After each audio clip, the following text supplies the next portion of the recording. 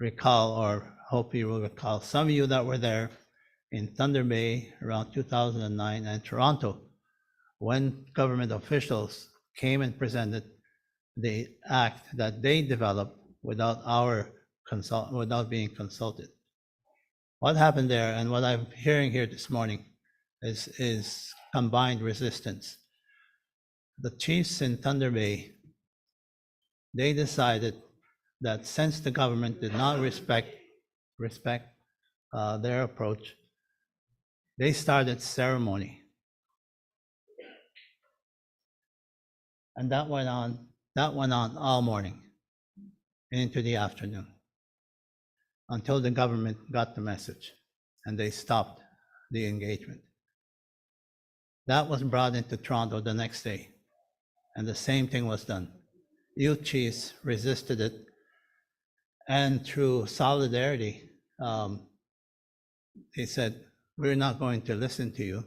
We are going to do a ceremony, and did the same thing until the government got the message and shut down the engagement. So we're at 10 years, more than 10 years later, getting now into 13 years. We are now at a point where, again,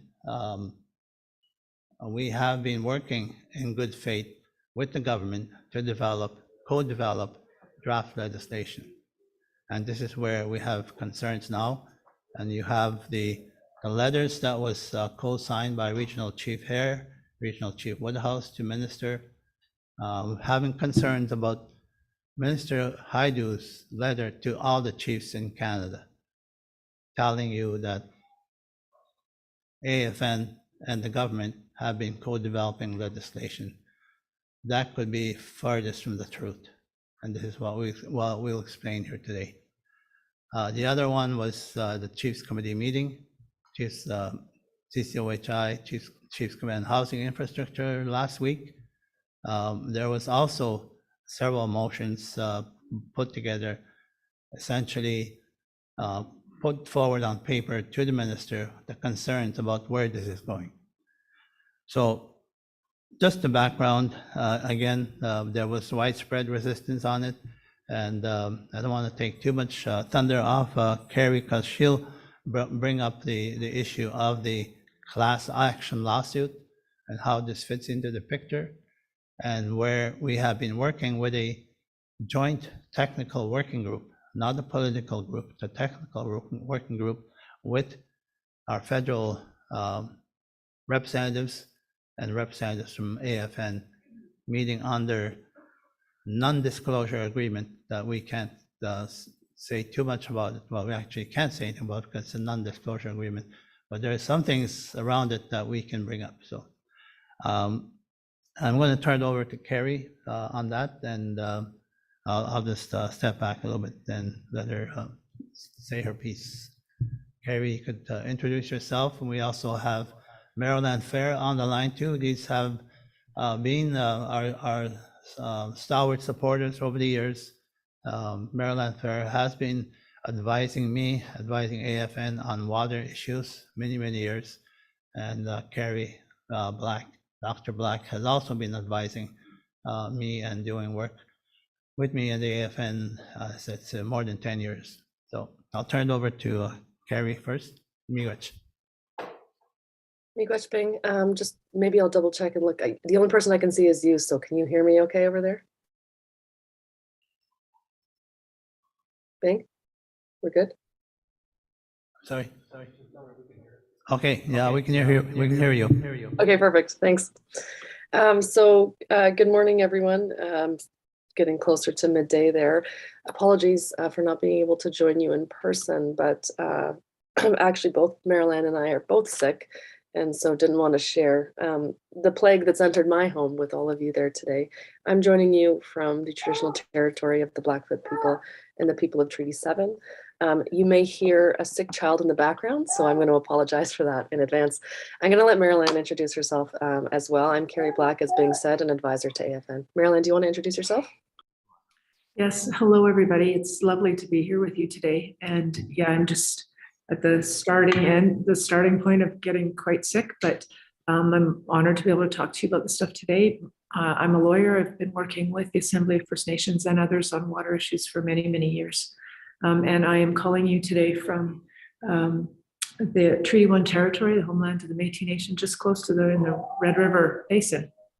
Thank you.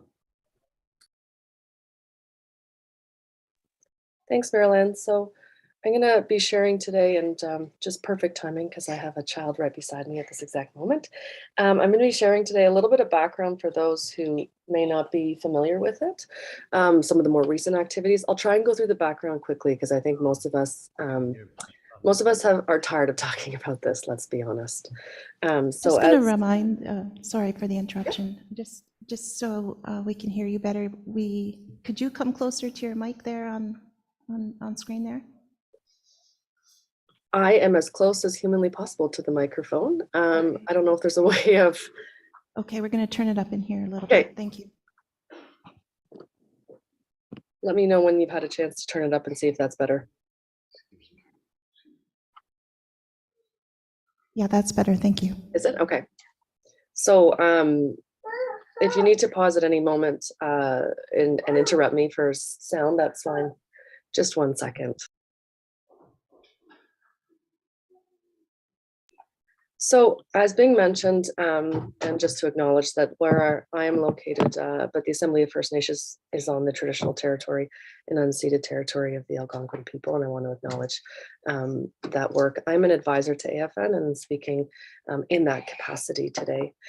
The one thing that I want to just highlight in today's presentation is just a reminder that the AFN is in itself an advocacy organization that supports First Nations and has been advocating on this work for no less than 2 decades. And so I want to just highlight that we're speaking to this issue today around that, but highlighting that AFN is an advocacy organization first and foremost, as you're all familiar with. We do have some upcoming assemblies that are important, and I'll come back to those in a second.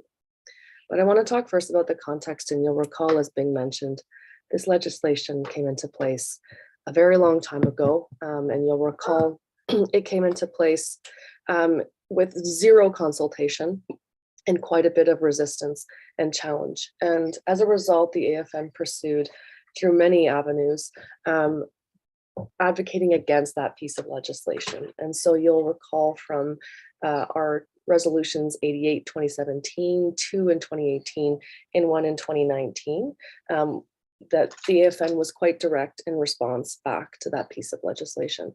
And I don't want to hover too long about that, but I will come back to some of the resolutions because it's really important what the Chiefs and Assembly have pushed for. But before I do that, after no less than almost a decade of advocating for the repeal of the legislation, the class action settlement last year really accelerated the timeline. So the advocacy for repeal had always been in place, but it was the class action settlement that really accelerated that. And that came into effect formally in December of 2021. So just about almost a year ago. And in that class action, and many of you are familiar with it and are part of it, there's a lot that's in there, not just compensation, but there's a section of the settlement that speaks directly to legislation. And within that, the settlement asked for the Safe Drinking Water for First Nations Act to be repealed, firstly, by March 2022, and then that it be replaced by the end of December, ideally with all reasonable efforts to replacing that legislation. But really clearly within it, it says that this new legislation has to define minimum standards. It has to define minimum capacity standards for the delivery of water and wastewater in terms of what is required per community member. It defines that we need to have a transparent approach to building, improving, and providing drinking water and wastewater services. It speaks to the need to confirm adequate and sustainable funding for water and wastewater, and to support the assumption of water and wastewater infrastructure by First Nations. So it really ensures that the new legislation that's developed is meeting those minimum requirements that First Nations have said for a decade the legislation must include. So if you look back over the last, if we just go back even in the last 7 years, the very first motion was back in 2015 to repeal the legislation. And after that, there's a series of resolutions that support that part, AFN's advocacy in this space. And up until most recently in 2022, with the repeal of the legislation that was successful in June 2022, so not that long ago. And it was after that time that there was a joint working group that finally got started, and I'll speak to that in a second. But before I jump into the joint working group, I just want to go back to around halfway through this timeline here. So after a series of resolutions, the Chiefs and Assembly moved forward a support of something that was called the preliminary concepts. And within there, Chiefs and Assembly voted in favor of supporting a process that, and this is to reinforce all of the key components of the legislation. And I will come back to this in a second, because this is what's really important as we move forward. That the new legislation needed to speak to funding, adequate, predictable, long-term, sustainable funding, true costs of what it actually takes to deliver safe drinking water and wastewater, which, as many people in the room will know, has skyrocketed since the pandemic. That we needed to have sustainable water and wastewater systems. So doing away with designing of systems that don't last for the time period that they're meant to last, and ensuring that there's funding to support it. It needed to speak to rights and interests in laws regarding water to protect First Nations, that there needed to be a consent-based approach to the provision of water and wastewater, and that it needed to support that transfer. So that's written into the process that Chiefs moved. And there was 26 categories across those preliminary concepts. Everything from source water protection to enforcement, to liability, to funding. It was all contained within these 26 preliminary concepts. And this is back in 2018. So the federal government has been aware of the stance of First Nations on this legislation for quite some time. And that's important because they don't have to start from scratch. After these preliminary concepts, AFN continued the conversation at the regional level, knowing that no one was going to give up on pushing for repeal and replacement. They proceeded with engagements from 2019 up until 2021. And these covered those key topics that I mentioned earlier, the areas that we know Canada has been pushing back against, but we know First Nations want to have something in the legislation that protects them. So rights and responsibilities was a topic that was discussed. Water governance, whether it's a commission or another entity to really formally support water and wastewater systems. Transboundary issues of particular importance for the nations in the room, who not just go over provincial boundaries, but also head into international boundaries into the United States. Financing and funding, a key component, and standards for the provision of water and sanitation. So we have 2.5 years of engagement discussions that were held across the country. All this to say that as of 2022 at the repeal, AFN and Canada Canada in particular, should be well aware of what the legislation needs to include. In the later resolutions, there's a support for what's called a joint working group. This joint technical working group is meant to be participated by AFN and Canada jointly, with equal representation on both sides of the table. And that was pushed through from Resolution 1, 2018. In this joint working group, and I will let Marilyn speak to the co-development piece that was written into this. The joint working group very clearly, in terms of reference that were signed both by the minister and by the national chief, said that we were moving forward with co-development, and co-development must include in the draft framework of the legislation, the preparation of documents, the preparation of legislative content, and understanding how policies and programs meet into it, and ensuring that funding requirements related to the implementation of the legislation were being addressed. And so I'll just pause there Marilyn has, actually maybe Marilyn, I'll just finish this and I can turn it over to you on that one. There's quite a bit that was built into the terms of reference for the joint working group. So where we're at right now, knowing that there's a lot that's been done, and by a lot of people in the room right now, where we're at right now is that the joint working group began meeting in June 2022 under the non-disclosure agreement, as I mentioned. And as that joint working group moved forward, there has been regular communication from the minister directly to First Nations. So as early as August 2022, the minister wrote each and every one of you, every single chief, saying that they were going to engage in what was called exploratory discussions. And at that time, the joint working group wasn't made aware of these exploratory discussions, but obviously the wording was problematic. And so the joint working group expressed that to the minister. The joint working group expressed that to the minister, and they agreed to a transparent process on this. And just one.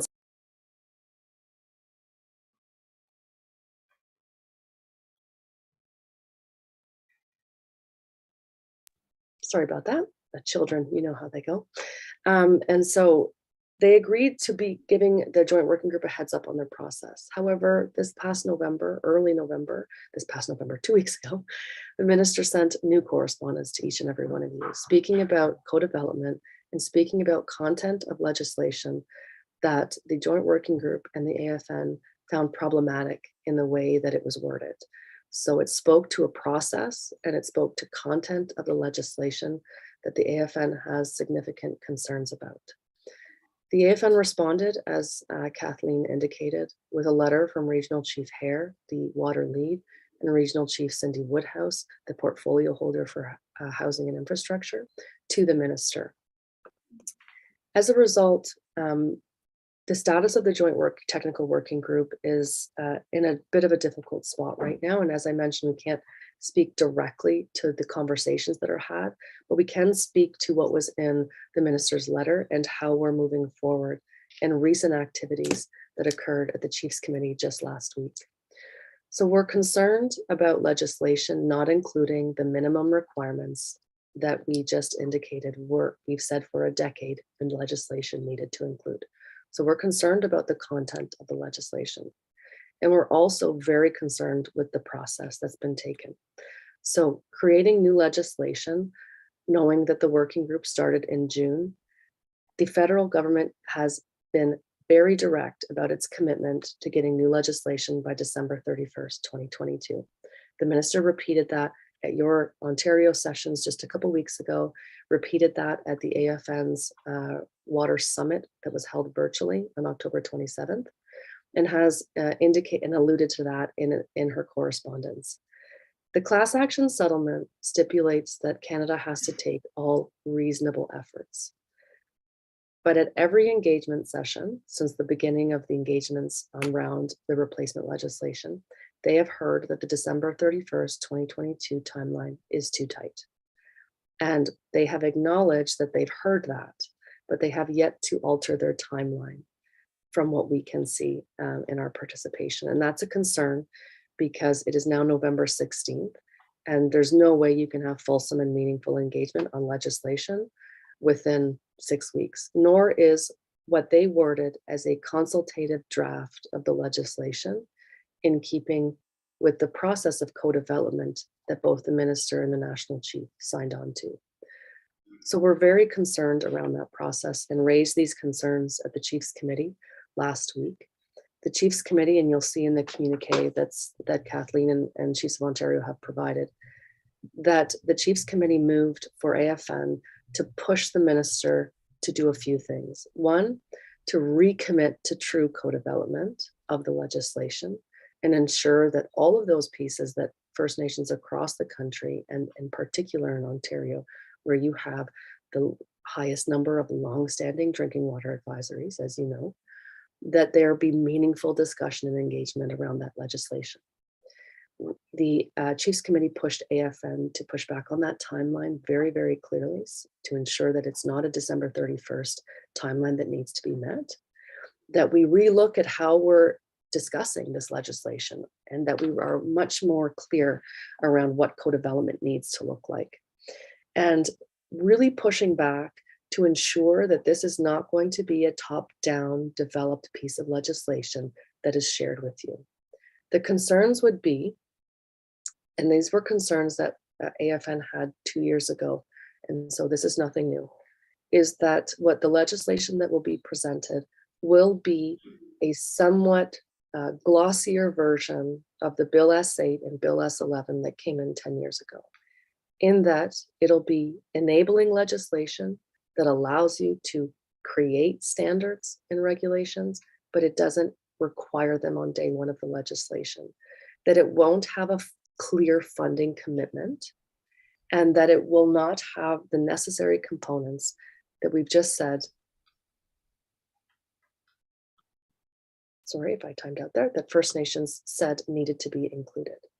And so that's where we're at in this process with respect to the joint working group. So those are the concerns that we have around this process. We have yet to hear back from the motions that were shared from the CCOHI to the minister last week. And so that's where we're at current day right now. But coming up, there are some activities that are planned to inform chiefs about what's happening. So there's an update to our Chiefs Committee on Housing and Infrastructure in 2 weeks' time. There's a special dialogue session that is taking place on December 5th, right before the SCA, and we encourage everyone to attend that one because we anticipate by this point having some response and also a clearer path set out for how we're going to move forward. There is still the chance that legislation could be dropped and shared with you all, in which case there would be need for another discussion on how to respond to that. It's really important that we're united on the response as well, because the divide and conquer approach is common. And whereas the legislation may look like it meets minimum requirements when you first see it, we are still very concerned that once you dive into the legislation that's developed, that it won't meet the requirements. And for that reason, there is the motion from the Chiefs Committee on Housing and Infrastructure was for an emergency resolution as well, if needed, to really push this dialogue. I want to highlight that ISK knew and Canada knew that the AFN was planning on engaging in its own way with First Nations on legislation, and that those were planned for the winter, so January and February. So there's the symposium that's being held in February in Calgary.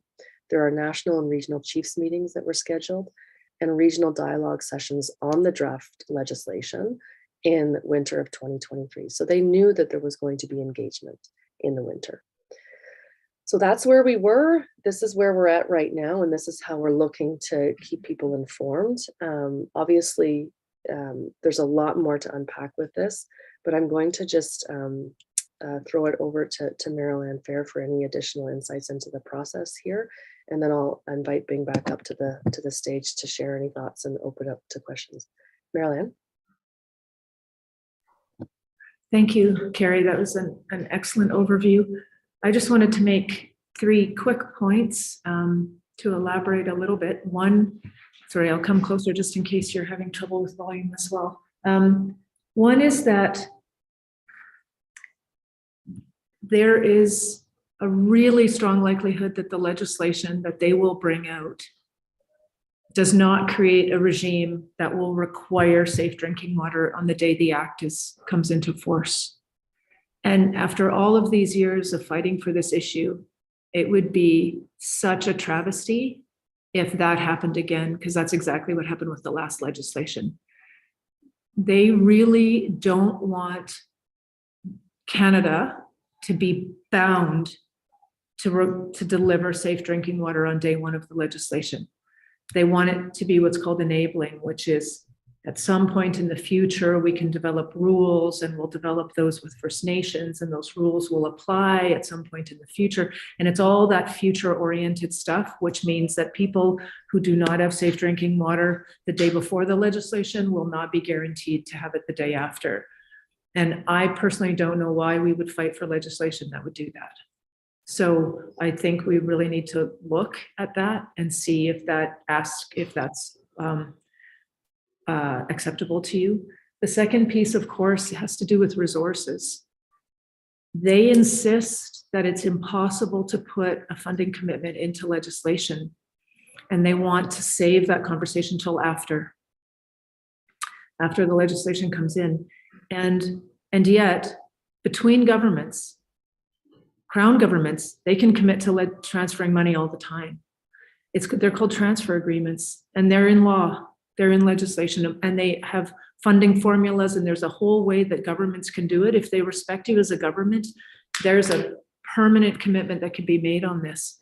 And I think that they forget that and need to be reminded of that, and that needs to be insisted upon.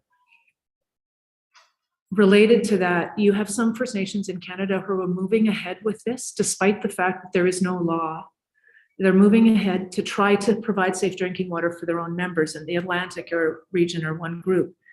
And these First Nations are taking on huge liability trying to figure out how to do this, because there's no law in place in the Western legal system that clarifies who's responsible for this, the liability aspects. And so this is just such an important thing for to be clarified. And again, it's not being addressed as far as we can tell.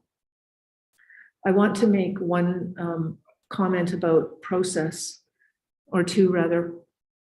So co-development, if it's done well, is about everybody's hand on the pen. You are there writing the words that are going to be good enough for you. And it might be a federal law, but it wouldn't be a federal law. It would have to be a federal law that's good enough for you. And that's why co-drafting actually matters. And that's why co-development as a process that's supposed to be about consent is so important to fight, to safeguard. Because my fear is that with each co-development process, it's getting a little more vague and a little more wishy-washy, exactly the standards that Canada is holding themselves to in co-development. And so this moment we have right now where we're waiting for the minister to respond to the Chiefs Committee on Housing, at least their request to really reboot the whole process. It's a critical moment because the minister in Canada have to realize that the time has passed with UNDRIP and everything else for them to just cram legislation like this down your throats and expect it to be acceptable. And so I really urge chiefs that support this idea of co-development or of all hands on the pen to make that very clear to the minister, because I really think she needs to change her decision on this and step back from this rush to get something out, because there is no rush. What matters is that consent is meaningful and full. Sorry, we have a drum group in the background. I hope you can still hear. And so this is a really important moment, and I think we just really need to push to have Canada do the right thing. And the final piece is I just wanted to, there's been some troubling conversation that I've heard where Canada officials have said, we need to move ahead with this legislation because of UNDRIP. Because we need to talk to people and we need to get out and it's some kind of convoluted assumption or a statement that UNDRIP is making them do this. They have to fulfill UNDRIP. And I just can't express strongly enough how twisted that particular logic is, because they have committed to a true co-development process with AFN, and then would step back from that in order to meet UNDRIP and violate that, in fact, violate a confidentiality agreements and violate the terms of reference commitment to the joint process. So it's very convoluted language that I think for First Nations to explain how UNDRIP actually means fulfilling commitments that you make to co-developed processes. That's actually what it means, respecting jurisdictions and the commitments that jurisdictions make. So there's a lot on the line with this, even though it seems like it's just about safe drinking water. It's actually about some things much bigger than that as well. So I'll just leave it with those comments. Thank you. Thanks, Marilyn. I know Bing is still there, so I can virtually throw it over to him, or we can open it to the floor to questions. But hopefully that gives you an understanding of where we're at in the process right now. Bing? Thank you, Carrie and Marilyn. That's a lot to digest in a short period, but I think the big concern is that we need a lot of support to put this back on track, and that's essentially one of the messages there. And also what Marilyn said at towards the end there about recognition of United Nations Declaration of Indigenous Peoples, Rights of Indigenous Peoples. So, do you have any questions again? Yeah.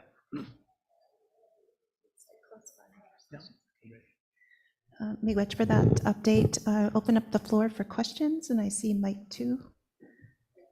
Good morning, Chief Wilfred King, Kiasagi Nishnabek, Gull Bay First Nation. Prior to 1998, Gull Bay First Nation had a very rudimentary water treatment system. It was adding chlorine or Javax to your water system, and that was it. And very rudimentary testing as well. And basically that was the system prior to 1998. Since 1998, we've been on a boil water advisory. I think we're next to Nishkanaga as far as having the longest boil water advisory in Canada. I think they beat us by a year or two. Having said that, a new plant was built in 2000. It was completed in 2002. And that plant was supposed to be a state-of-the-art water treatment plant. It was a chemically treated plant. That plant could not produce potable water. It was using a lot of chemicals, which was a result of high THMs in the system, which is a known cancer-causing agent. The plant was never turned on because it couldn't produce potable water. We lobbied throughout the years to get a new water treatment plant. We got a $26 million water treatment plant in our community, and we just finished doing the final assessment of that plant. Right now, Gull Bay has the cleanest drinking water in Ontario. Our water is better than the city of Toronto. Our water is better than the city of Thunder Bay. So that's a result of lobbying very hard for the plant that you need and the plant you deserve. I think what's so important, and again, I'm not an engineer, but I think it's important for chiefs to really understand that process. I had to read through volumes and volumes and volumes of books that are written by engineers that talked about water treatment systems and so forth. I think it's important that if we're looking, I have two questions though. One is that you have to understand, well, what is source to tap? What does that actually mean? What is source to tap? And our elders told us where to get the water from. They said, go to the Hudson Bay headland. It's deep water, it's spring fed. That's where you want to put your intake. And that's what we did. Secondly, you have to look at what kind of system you're going to use. And we went with a sand filtration, charcoal backup UV ray system, which sand filtration has been one of the best systems in the world. It's been used for thousands and thousands of years. And yet it's simple to operate and it's less maintenance. So that's another thing. And I think the other key thing that was touched upon was the long-term sustainable funding for operations and maintenance of that plant. You have to get that commitment. When our plant was completed though, that we had basically three options. One option was to adopt the Ontario Drinking Water Standards, and we looked into it. We said, no, there's too much liability there. In fact, if you break any one of those laws under that legislation, the operators and owners could face stiff penalties. In fact, jail time for chief and council. So you had to operate under some form of legislation, because absence of some legislation, you leave yourself with even greater liability. So we've adopted the Canadian Drinking Water Standards until this new First Nation standard would apply. It looks like we're still in limbo here, not sure where we're at. But I think that there are many First Nations that are probably going to get new plants or getting plants going to be turned on. I'm not sure what legislation are they operating under right now. Is it under the Clean Drinking Water Standards? Maybe Bing, you could help us out in that. But that's just our situation in Gull Bay. Miigwech. Thank you, Chief, for that. It's one of those, you're right, things that go on, and then obviously it needs a lot of advocacy and follow-up. In terms of what applies in Ontario, I've always been on the understanding that there are no regulations in First Nations, because the province has no jurisdiction on First Nations. So what happened many years ago I'm dating myself, in a special All Ontario Chiefs meeting in Hiawatha, probably around 2019 or even before that. Chiefs of Ontario passed a resolution to adopt Ontario standards, not regulations, but the standards. And a part of that, why that is somewhat was a good thing to do, because after Walkerton, Ontario developed some of the strictest water standards and regulations, but which don't apply, but standards. So First Nations water plants, designers, and all those have been following Ontario standards. So that should have, if they followed that to the what's required in Ontario, that should have protected your design. So Yes, you're absolutely right, Bing. That was the standards that you were talking about. We adopted Ontario drinking water standards, but in order to mandate the plant to move forward, we adopted the Canadian drinking water, because we had to adopt something, right? So the absence of a First Nations regulations, those were the regulations we adopted. okay. So I don't know, but what happens to those other communities that are operating without those standards? Like, I'm not sure where other communities are at, so I don't know if you would know, or any recommendations? Miigwech. So yeah, Canadian Drinking Water Quality Guidelines is developed by Health Canada through a committee. And what the provinces do is they'll take those guidelines and turn them into law. So a lot of provinces are based on the Canadian Drinking Water Quality Guidelines, but they don't have to accept them to the T. Like some provinces, just for example, Saskatchewan has higher limits of arsenic. They'll allow higher limits of arsenic. So than what the Canadian Drinking Water Guidelines recommends. But I guess I don't want to speak for Ontario First Nations Tech Services Corporation, but when I was there, I worked. Some of you probably know I worked there from '95 to 2007. What First Nations were using were the design for Ontario standards. It's in the water protocol, and so from the start, your designs should be following Ontario standards. Where sometimes fall off the rails is budget, is the government saying, oh, that's cost too much. You're going to have to cut back in some areas. So that's some of the areas that doesn't hold fast. But the protocol for water is based on Ontario guidelines, non-guideline standards. And I'll tell you a funny thing is when the government instituted the policy on water protocols, they actually, by mistake, included some of the Ontario regulations in there, OREG 170. And that went across the country, and people from across the country said, what is OREG 170? But in other words,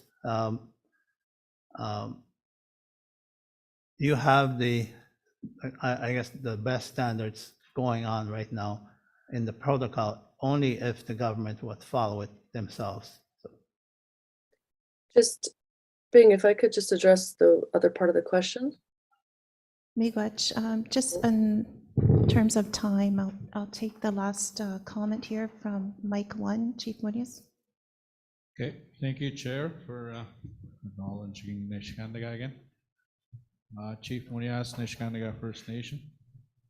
I have a few comments and questions. When we talk about the standards that are being supposedly implemented in communities, sorry to say this, those standards we don't see those standards being applied in our community. The fact that we have 10, I'm sorry to sound like a broken record, but it is what it is in our community.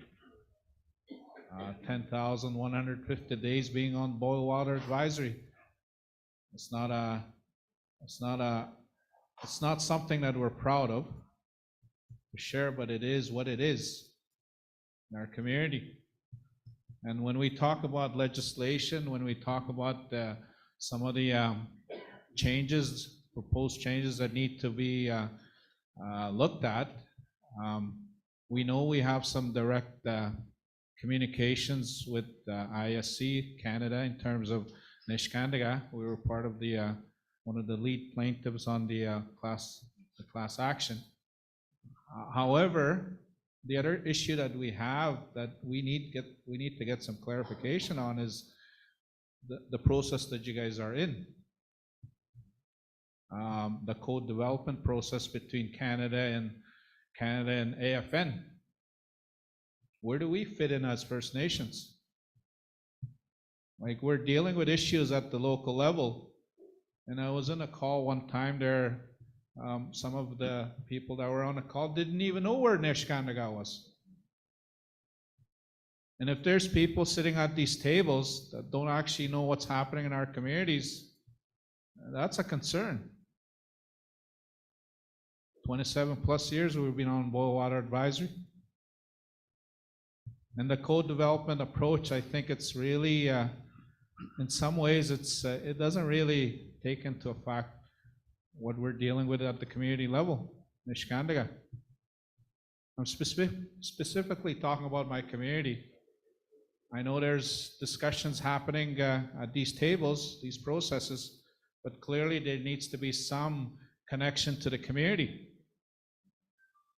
Because what this legislation or any changes that we're trying to do, it has to reflect back to the community. And one of those issues that we're dealing with right now is the trusting the water. Still, we're on the boil water advisory. Our people are concerned if they're going to ever trust the water. And I think if there's any changes or legislations being brought up for consideration, that has to take into account those things. How do you allow our people to start trusting?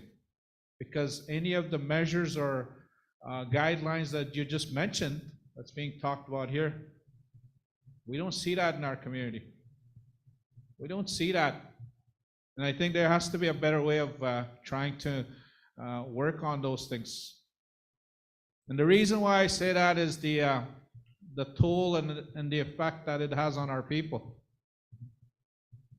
We know that the legal the settlement ended. The end date was June 2021,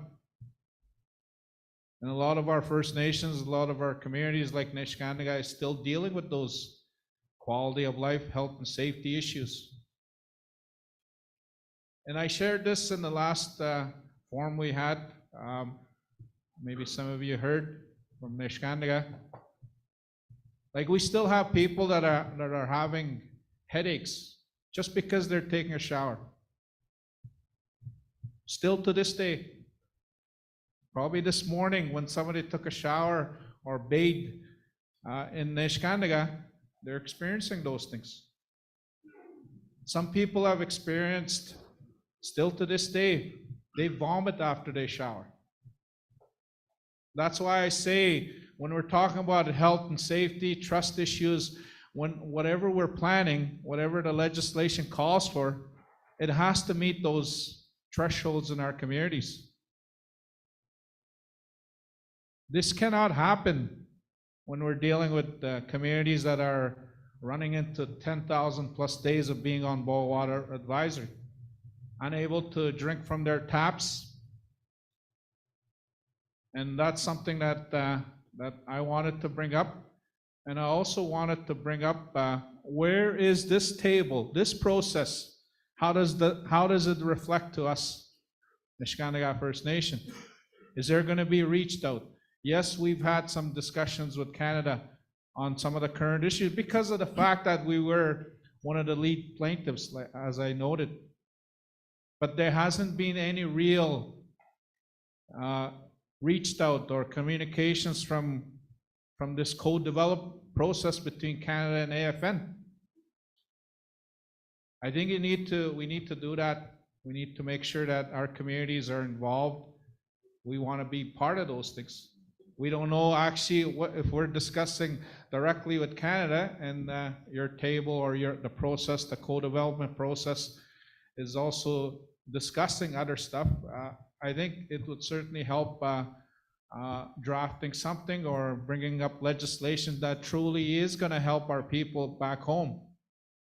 Because we can't continue on with this where the quality of life and the health and safety of our people are always at risk. Like I said, again, I don't want to sound like a broken record, but we have one little reverse osmosis unit that services all of our community members. If that goes down, it goes down. A few weeks ago, we get bottled water, as I said before, up to 12 loads of bottled water every week. A week and a half ago, close to 10 days, our community didn't have bottled water because of weather and other factors. Like I said before, we have a mother or a grandmother that has to bathe her grandchild. She uses 10 boxes of bottled water in order to bathe her granddaughter or her daughter. And then when we talk about the standards, what we need standards, this is what's impacting our people today. This is what's impacting. They're vomiting, their headaches, there's rashes, sores, all these things. And they attribute to the level of standards that are being applied, which is non-existent in our community. How many lives are we going to lose before we actually act at the community level, at the local level? How much time do we need? We need it right away. We need to act as soon as we know what we're dealing with in our community. And like I said, if nobody believes me, come to my community. Visit a young family that's dealing with sores and rashes every day. Help that person bring in bottled water into their household. You can see it firsthand. If AFN wants to have their technical co-development meeting in our community, by all means come in. And then you can see firsthand what we're talking about when we're talking about trust issues, when we're talking about the quality of life issues. Then you'll see the firsthand the effects that it has when a community is on a 10,150 days of being on boil water advisory, unable to drink from their taps. Brown substances coming out of your taps when you actually put your cup. That's what's happening today.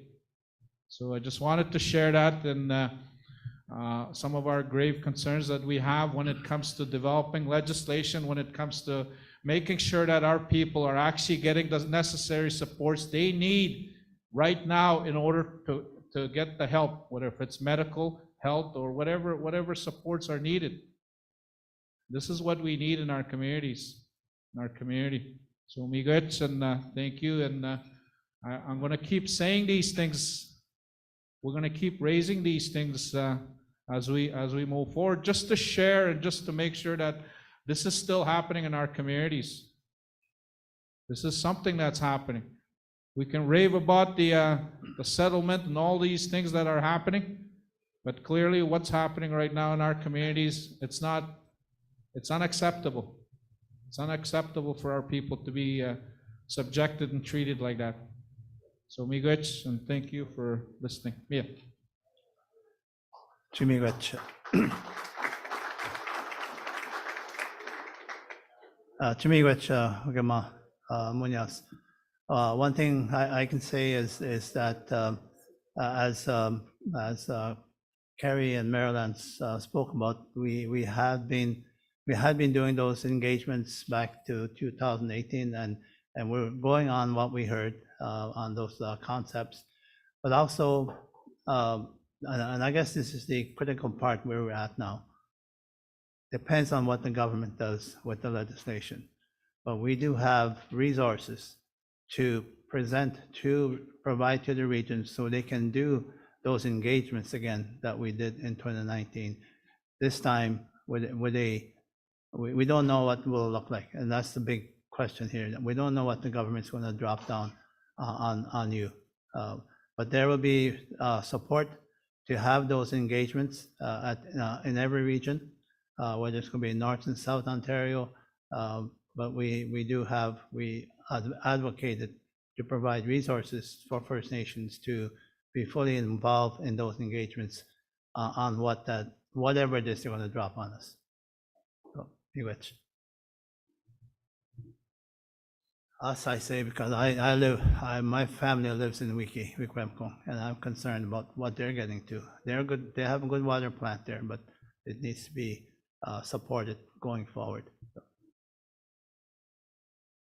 So there is interest in more discussion, so I'll open the mic again to first Chief Miracle and then to mic 3. Thank you very much. Thank you, Bing, for the presentation. Peter Ross sent a report on the Senior Environmental Health Officer on October 25th, an update on the stats.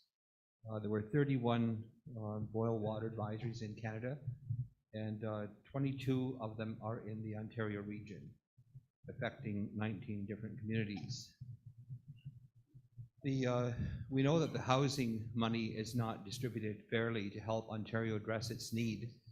And I would think the same thing is happening with the capital infrastructure funds and how it gets distributed to the different regions across Canada. Has the AFN ever done a study on that you could report to the chiefs on Ontario's fair share? Because as long as the money is not there, these things are going to continue persisting on into the future. So there's this Ontario fair share to help correct it. And I would think with the $6 billion class action law settlement, if the majority of the BWAs are in Ontario, that's where the money should land to fix these issues. So good. Thanks for bringing that up, and I know that's something that's very interested for you, for your region to do that. We have in the past tried to get that from Indigenous Services Canada, and they say it's all based on need. It's not based on whether Ontario has 25% of the population. I believe we only got, I think maybe only the housing breakdown we got many years ago, but it's something that it's difficult to get from them. What is the breakdown for each region? And so that's, we can try again, but you bring a good point on the class action lawsuit. How will that be allocated? And that's really, I guess it's between them and the plaintiffs and the group there and Indigenous Services Canada. How will that? It does commit to eliminating all the long-term drinking water advisories, and they need to do it at the cost it's going to take. Well, They can't nickel and dime those projects. I would request and recommend that the National Chief send a letter to Patty Hadju and to Mark Miller pointing out the situation with the BWAs, that the majority of them are in Ontario, and to request a report on how is this money going to be allocated regionally to settle these issues. Is it going to go to where the BWAs are? Because I mean, that was the whole purpose of the class action, was to address the number of communities that have unsafe drinking water. So I think there needs to be some accountability to the chiefs of both those funds, and I would request the National Chief write a letter. The other point with the legislation is if there should be something in the legislation that if the Crown fails to provide the money that's required to correct deficiencies in the water treatment system or distribution system, that the minister is also criminally liable for failing to provide the funds. Because right now, whoever the operator is would be criminally liable if there's something that happened that made people sick or worse still killed them. That's what happened with Walkerton. And so I think there has to be some, because right now, let's face it, First Nations, the majority are dependent on the federal government for funding to operate and maintain these things. So they're asking for 100% O&M costs for the operation of these facilities. So there has to, but it has to be couched in the law that's provided to create the kind of certainty and comfort level that chiefs would be looking for. Thank you. Good point. Thank you.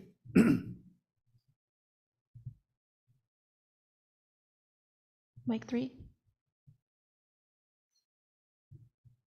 Wajik Mr. Chief Sylvia Kostadjim and Tatawaban Nishnahausen. I'm from Madawapiskat First Nation. Greetings, everybody. I'm from Madawapiskat First Nation. My name is Sylvia Kostadjim and Tatawaban Chief. You know, I want Madawapiskat First Nation to be heard. I want my community to be heard. We've been in a crisis for so long on many issues. And just last month, we declared a declaration of notice to people that need to know that our homelands is in a crisis. From water, infrastructure, housing, homelessness, opioids, mental health, mining. And I've been asking for support. I've been asking from the chiefs to fight with me, to fight for us, because what we're living in third world conditions. Yeah, we had a diamond mine in our backyard, but everybody took advantage. They exploited us. But we learned, lessons learned. We can't dwell on that. We have to think forward. And I agree with Niskanjaga when they made with Chief Munoz what he had to say. That's where we're at today. We're on a water advisory in our community. We have to get our drinking water from reverse osmosis ourselves for the last over 10 years. We do have a plan going forward, but we need support getting there. No community should be left behind, not in this day and age. These crises are real. In the meantime, when all these processes are happening, discussions, go let this, go let that. But what do we do in the meantime for our members that need hope, that need a better tomorrow?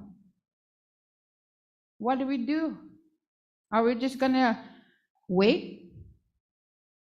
There has to be something. We gotta do better. We're the original peoples on this land. We have to act like it. Yeah, we're at different levels. Each community, each tribe is at different levels. But communities such as us shouldn't be having to talk to our own chiefs about it.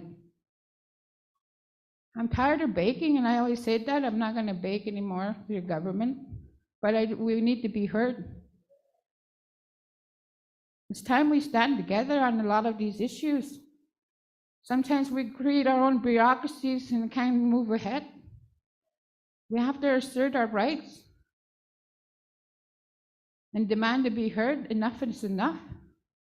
I've been around for a while myself, and I keep talking to these issues myself. My former chiefs, you always heard them speak on these issues. Are we going to continue to come here and come address our concerns? These are very real issues. What about us? Communities such as Attawapiskat have been asking for help to improve the quality of life, to instill hope, pride, and dignity back to our members. I'll leave it at that for now. English.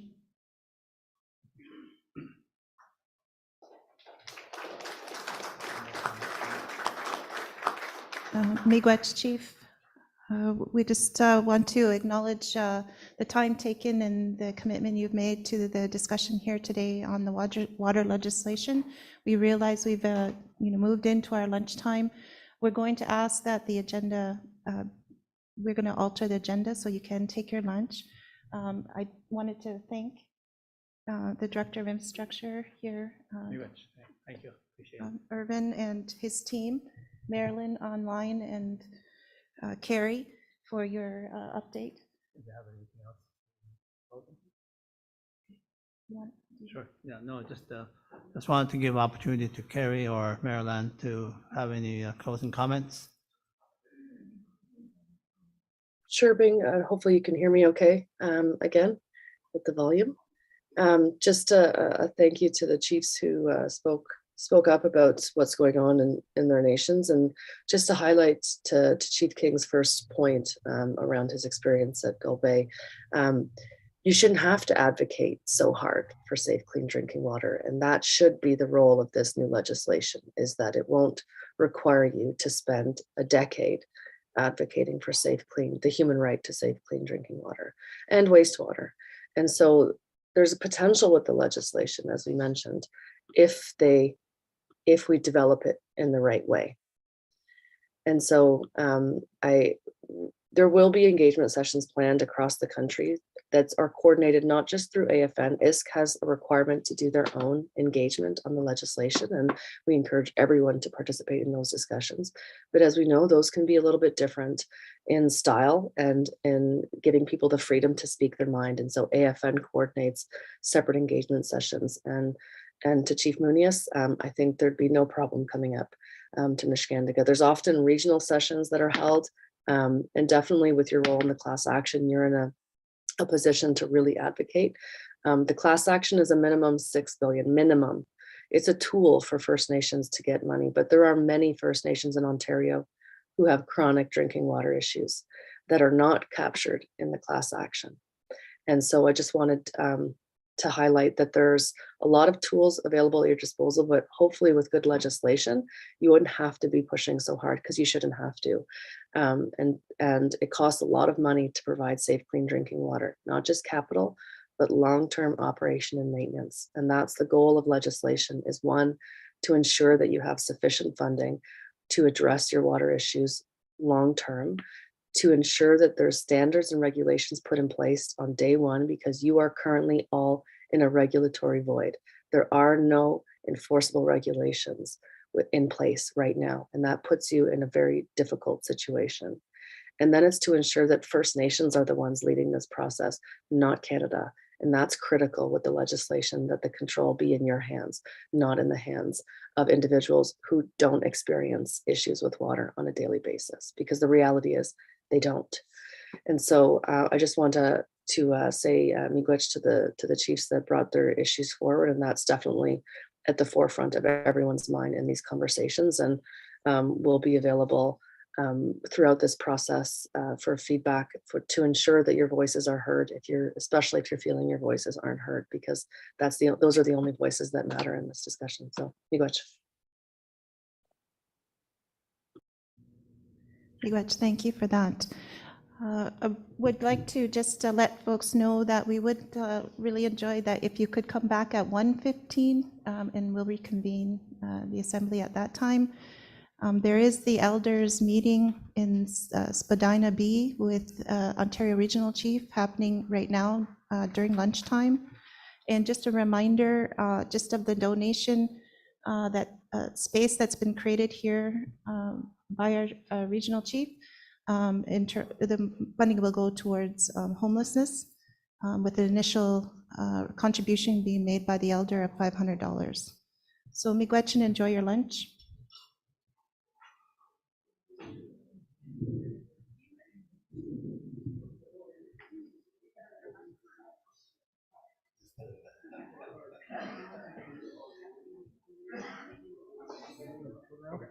Yeah, she's.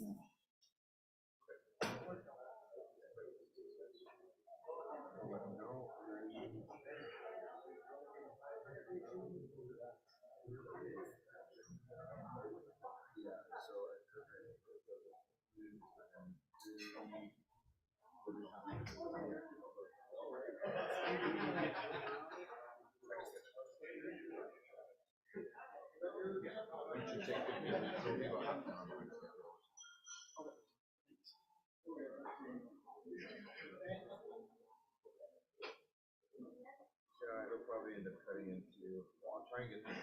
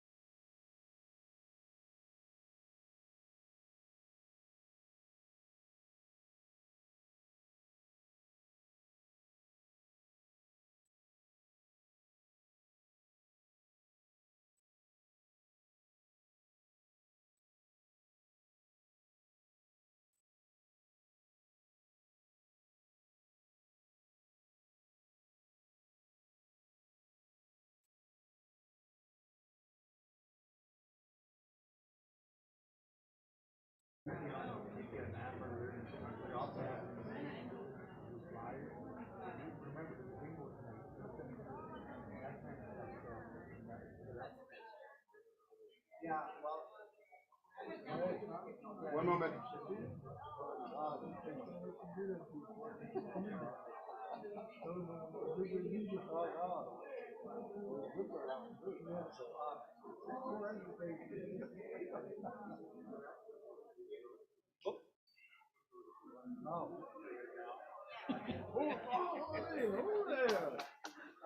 Wow, I felt my muscles growing. Yeah, wow, nice to see you. Good, good. Yeah, good. Yeah, I'm on the wait, got big. I'll tell you, look at that. That's my signature. Should be glad I don't make underwear.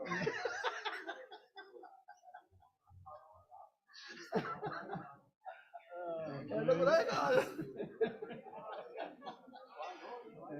Oh, yeah.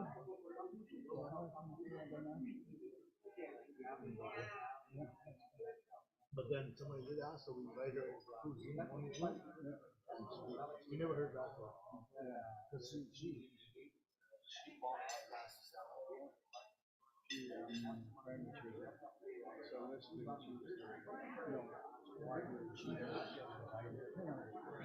and that's why, I don't know, were you in my last seminar? No, I didn't, but I heard about it. Yeah, one of my chiefs, he was Christian, and she says, talk chief. She says, well, can you not speak to me from your heart instead of conveying voices from your phone to me? Yeah. Of many things. Yeah, no, I gotta go. My chief was saying, look at Ontario. You're on a couple of days. Nice to see you. I'm trying to get that quote from you. I can go and pick it up anytime. See you.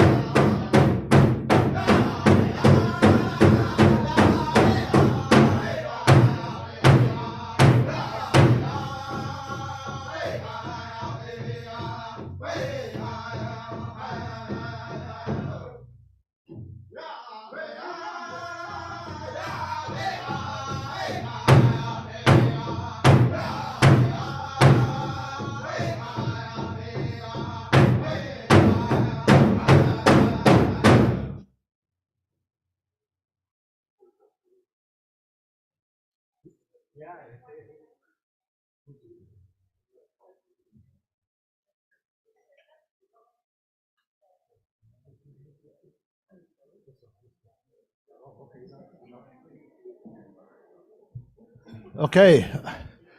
Miigwech, Gemak. I know we're still coming in and I don't know who we're waiting for. Hey? Okay, when I'm done. Can I ask, I'll ask from Sagamok, Alan is on Nimki. Alan, come on up, please. Al called me the other day and asked me if he can just kick 2 to 5 minutes. He wants to hand out to all of us free, eh? Free. And it's a promotion, and it's COVID packages, and I guess I'll let him talk to about his coffee. I said no problem because it's a promotional thing. It's something that within his community that they're trying to do for economic development. So again, I'll just pass it over to him, but all the gifts he'll be handing out here to everybody. Miigwech, Chicabam.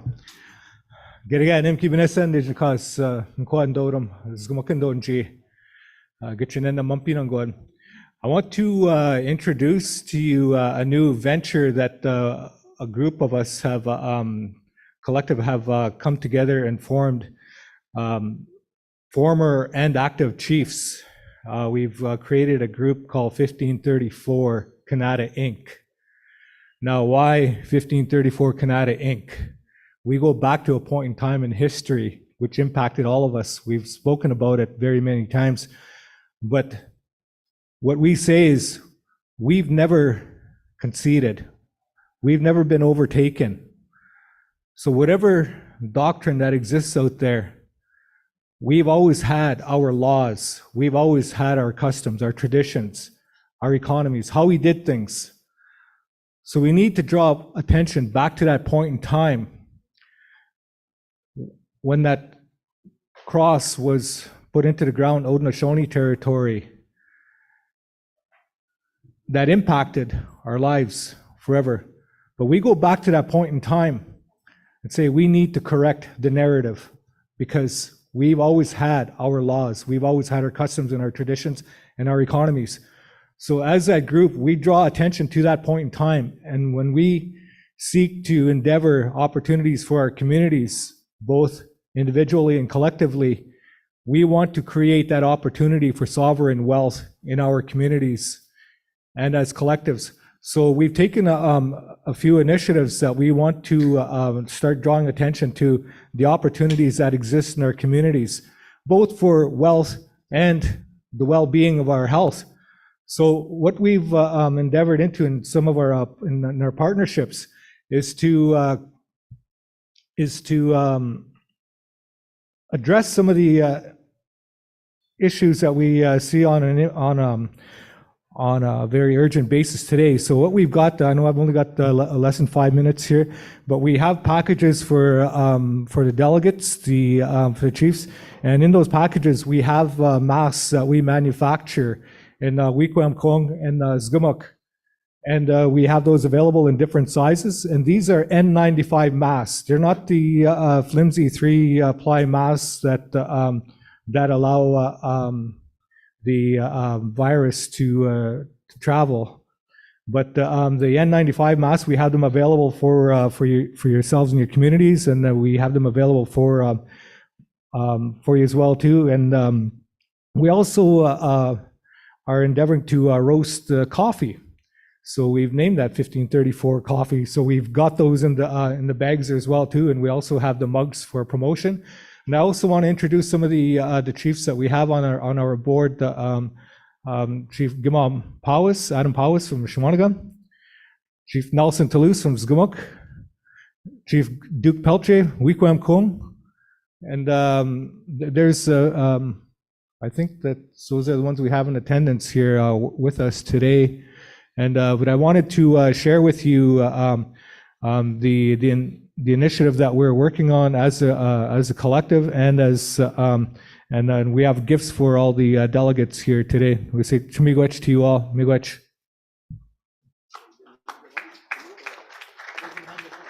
Yeah, we'll hand them out.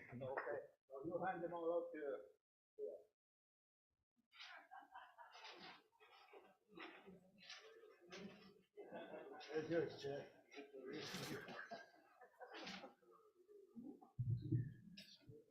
So moving on to the agenda, we have the economic development update.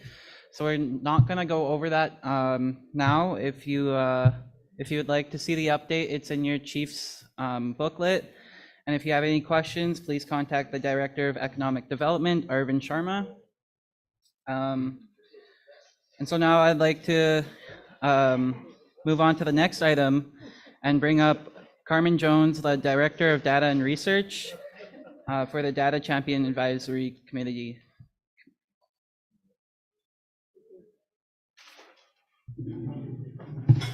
Ani Wache, Carmen Jones and Dishnikas, Miyagan Dodem. First of all, I'd like to acknowledge the medicines that we have in front of us and for the territory that we are sitting on this afternoon. As you know, way back in June 2021-27, the Chiefs in Assembly passed a resolution to support the development of the Ontario First Nation Information Governance Center for Ontario. There were 5 points in the resolution that supported this work, and what I'm here to do today is to update you on where we've been and also to introduce to you our committee members that are been appointed through the resolution that you have given us through the Leadership Council for those members to sit on the First Nation Data Champion Advisory Committee. One of the things that we've been doing is drafting terms of reference for that committee.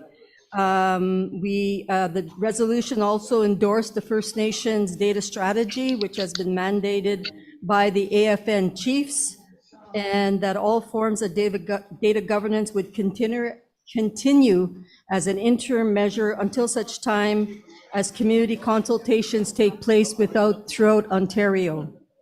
We need to report back to the Chiefs in Assembly and in June 2023, and we got to make sure that the work that we are doing, can we have, oh, do I have to move this? Whoops. How do I move this? This way? Okay.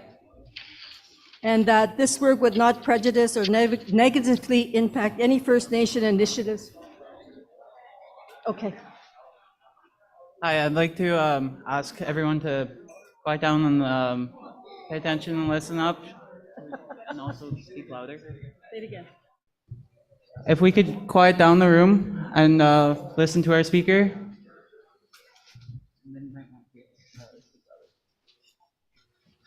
Hey, Miigwech. This is very important information that I'm presenting to you because it's taken us 25 to 30 years to come to this point back in 1997 when we started to discuss the OCAP principles. So this initiative has now taken almost 30 years to where we are today. And I want to acknowledge the committee members that have agreed to be part of this committee and to work with us as we move forward.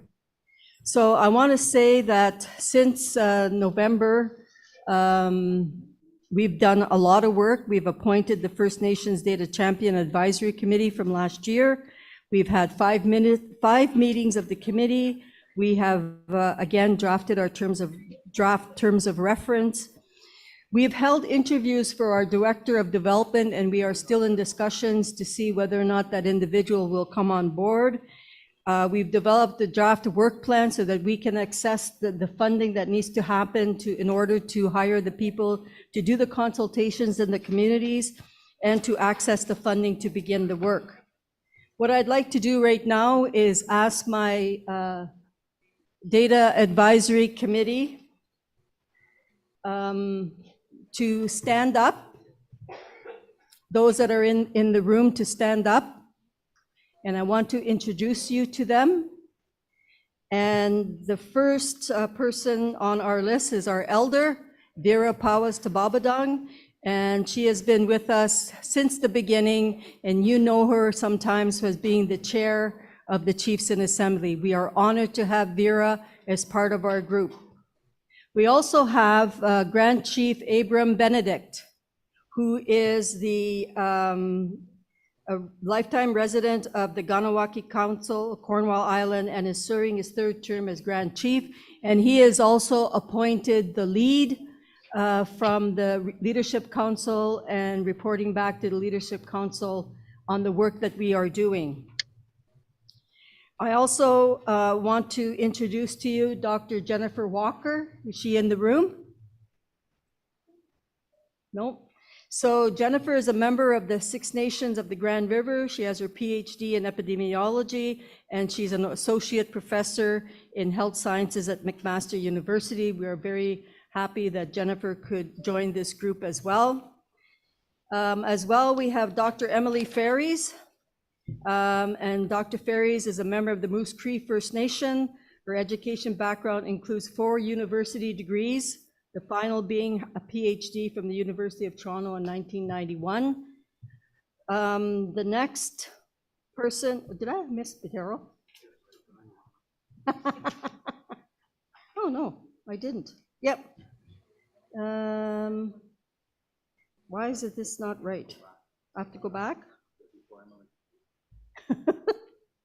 I'd like to introduce to you Dr. Daryl Manitowabi, who is from the Wikwemikong, is that right? Wikwemikong First Nation, and also works at the Human Sciences Division at Northern Ontario School of Medicine. All this information is in your package if you need it, and then we are very pleased that Dr. Manitowabi can join us as well. And Emily, and also like to introduce Mr. Larry Salt, who has, as you know, has been elected councillor and chief of the Mississauga of the Credit, and as in particular, his expertise is in focus on infrastructure and business development, wealth creation, treaty relations, nation building, land and water claims. One of the things about Larry is that he had been involved the first time as the chair of the Chiefs Committee on Health, and also been involved when we were starting to develop the OCAP principles. Also want to introduce Chief Shelley Moore Frappier, who is also on the committee. She's from the chief of Temagami First Nation and has been there for 2.5 years. She's worked at Laurentian University for 5 years in various positions, and at one time was the interim associate vice president of academic Indigenous programs at Laurentian University. So I want to also pleased to have Chief Frappier. We have Dr. Christopher Musquatch. He is a PhD in psychology, and he's Anishinaabe from the member of the Paquishing Pace Plat First Nation, and he's a professor of Department of Psychology at University of Lakehead University in Thunder Bay, and also with the Northern Ontario School of Medicine, and he also works with clients in mental health. So I also have Mr. Gary Allen. Is Gary in the room? No. But Gary Allen is from Grand Council Treaty 3 and has been there since 2015. He also ran at one time for the chief of the Red Gut First Nation starting in 2004.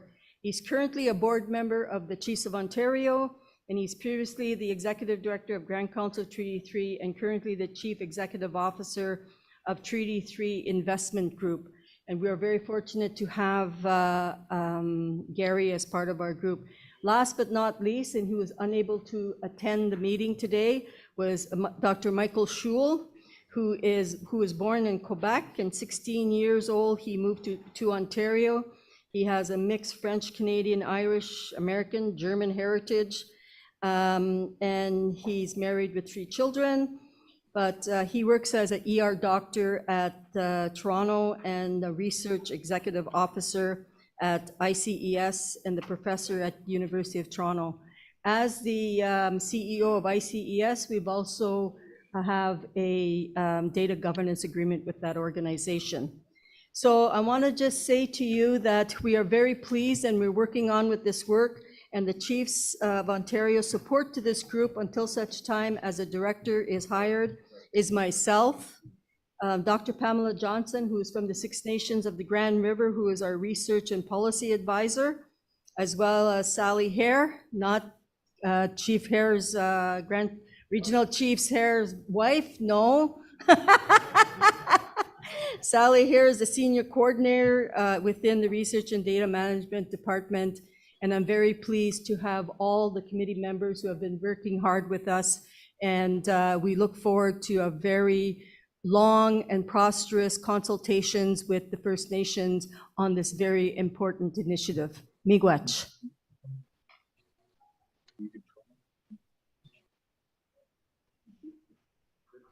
Any questions for anything? No, it's just an update, so thank you so much.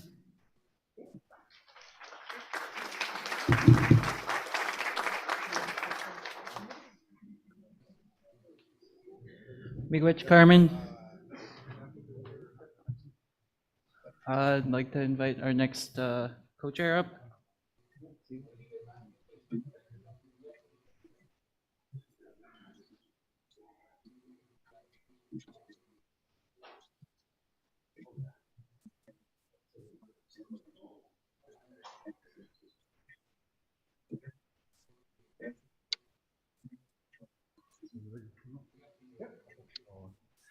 So before we get to the next agenda item, again, just a reminder, the economic development update that we were going to have, the presentation is in your kits, so we will forego that agenda item and try and get back on track. But before we get to the next agenda item, I'm going to ask Regional Chief Glenn Hare to come up. I believe he had some discussions with the elders during a meeting during lunch in regards to the discussion this morning with the Premier attending the Assembly and that whole discussion. So I'm going to give it to Regional Chief. Oh, miigwech. Get Gibson Sheba, Sheba, to go not quick. We listened hard to the leadership of the resolution. So where we're at now with the Premier and Chiefs, we heard ourselves ask ourselves that should the Premier be here, and if they're in the reception room, that we would not go up there, is what I heard. I'm with you, I'm standing with you, because the Premier will be here at 5 as scheduled, but he will be in that room, he's not coming in here. The original intent, and I got this just before lunch, and I had this, and the same message really that I was forwarded to me by the minister in June. Regional Chief, good morning. When you announced the reception this afternoon, frame it as a social time. Good food, hang out, network, meet the